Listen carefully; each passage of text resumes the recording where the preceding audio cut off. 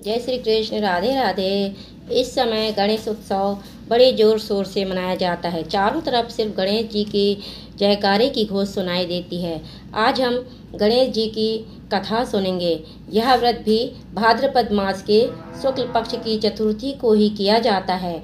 इसी दिन गणेश जी का जन्म दोपहर में हुआ था, अतः श्रद्धालु जन इसे गणेश उत्सव का यह गणेश जन्मोत्सव के रूप में भी मनाते हैं। इस दिन रविवार या मंगलवार हो तो यह महाचतुर्थी हो जाती है।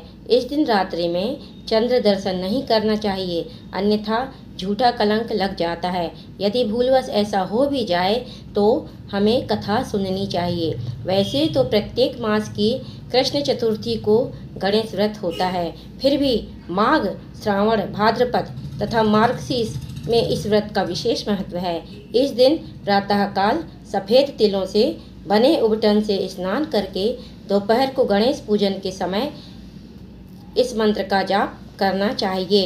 एक दंतम शूर्पकर्णम गजवक्त्रम चतुर्भुजम पाशांकुशधरम देवम ध्याये सिद्धि विनायकम। तत्पश्चात विधिवत पूजन करके 2 लाल वस्त्रों का दान करना चाहिए।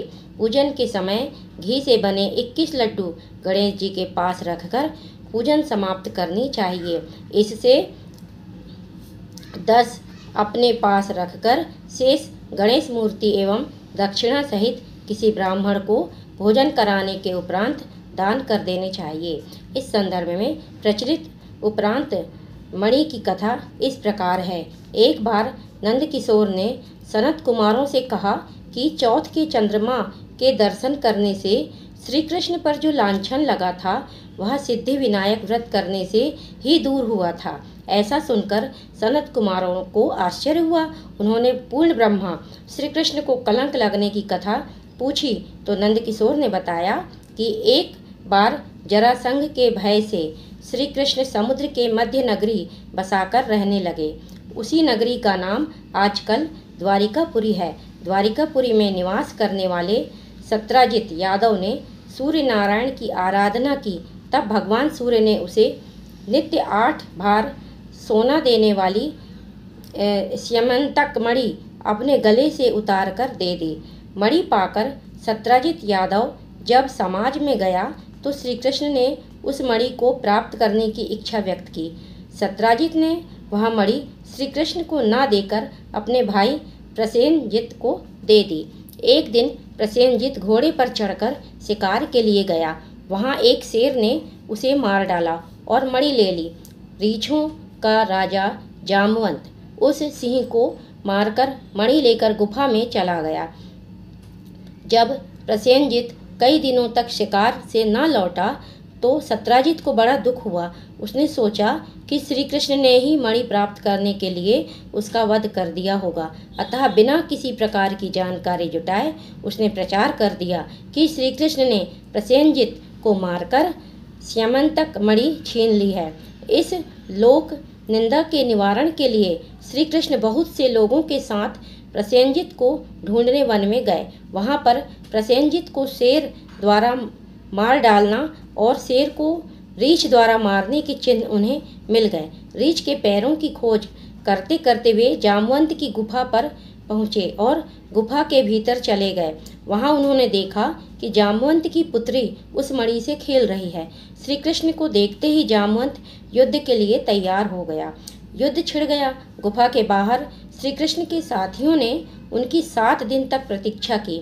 फिर वे लोग उन्हें मर गया जानकर पश्चाताप करते हुए द्वारिकापुरी लौट गए। इधर 21 दिन तक लगातार युद्ध करने पर भी जामवंत श्री कृष्ण को पराजित न कर सका। तब उसने सोचा कहीं यह वह अवतार तो नहीं जिसके लिए मुझे रामचंद्र जी का वरदान मिला था। यह सोचकर उसने अपनी कन्या का विवाह श्री कृष्ण के साथ कर दिया और मणि दहेज में दे दी। श्री कृष्ण जब मणि लेकर वापस आए तो सत्राजित अपने किए पर बहुत लज्जित हुआ। इस लज्जा से मुक्त होने के लिए उसने भी अपनी पुत्री का विवाह श्री कृष्ण के साथ कर दिया। कुछ समय के बाद श्री कृष्ण किसी काम से इंद्रप्रस्थ चले गए। तब अक्रूर तथा ऋतुवर्मा की राय से सतधनवा यादव ने सत्राजित को मारकर मणि अपने कब्जे में ले ली। सत्राजित की मौत का समाचार जब श्री कृष्ण को मिला तो वे तत्काल द्वारिका पहुँचे। वे सतधनुआ को मारकर मणि छीनने को तैयार हो गए। इस कार्य में सहायता के लिए बलराम भी तैयार थे। यह जानकर सतधनुआ ने मणि अक्रूर को दे दी और स्वयं भाग निकला। श्री कृष्ण ने उनका पीछा करके उसे मार तो डाला, पर मणि उन्हें नहीं मिल पाई। बलराम जी भी वहां पहुंचे। श्री कृष्ण ने उन्हें बताया कि मणि इसके पास नहीं है। बलराम जी को विश्वास न हुआ। वे अप्रसन्न होकर विदर्भ चले गए। श्री कृष्ण के द्वारिका लौटने पर लोगों ने उनका भारी अपमान किया। तत्काल यह समाचार फैल गया कि स्यमंतक मणि के लोभ में श्री कृष्ण ने अपने भाई को भी त्याग दिया। श्री कृष्ण इस अकारण प्राप्त अपमान के शोक में डूबे थे कि सहसा वहां नारद जी आ गए। उन्होंने श्री कृष्ण को बताया, आपने भाद्रपद शुक्ल चतुर्थी के चंद्रमा का दर्शन किया था, इसी कारण आपको इस तरह लांछित होना पड़ा। श्री कृष्ण ने पूछा, चौथ के चंद्रमा को ऐसा क्या हो गया है जिसके कारण उसके दर्शन मात्र से मनुष्य कलंकित होता है। तब नारद जी बोले कि एक बार ब्राह्मण जी ने चतुर्थी के दिन गणेश जी का व्रत किया था। गणेश जी ने प्रकट होकर वर मांगने को कहा तो उन्होंने मांगा कि मुझे सृष्टि की रचना करने का मोह ना हो। गणेश जी ज्यों ही तथास्तु कहकर चलने लगे। उनके विचित्र व्यक्तित्व को देखकर चंद्रमा ने उपहास किया। इस पर गणेश जी ने रुष्ट होकर चंद्रमा को शाप दिया कि आज से कोई तुम्हारा मुख नहीं देखना चाहेगा। शाप देकर गणेश जी अपने लोक चले गए और चंद्रमा मानसरोवर की कुमुद दिनियों में जा छिपा। चंद्रमा के बिना प्राणियों को बड़ा कष्ट हुआ।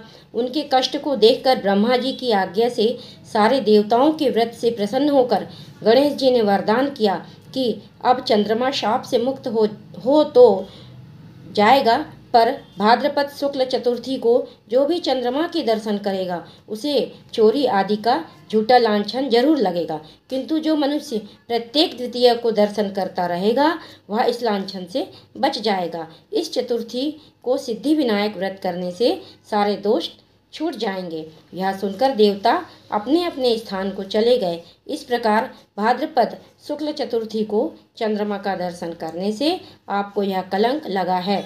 तब श्री कृष्ण ने कलंक से मुक्त होने के लिए यही व्रत किया था। जय श्री कृष्ण। राधे राधे। आप सभी पर गणेश जी की कृपा दृष्टि बनी रहे।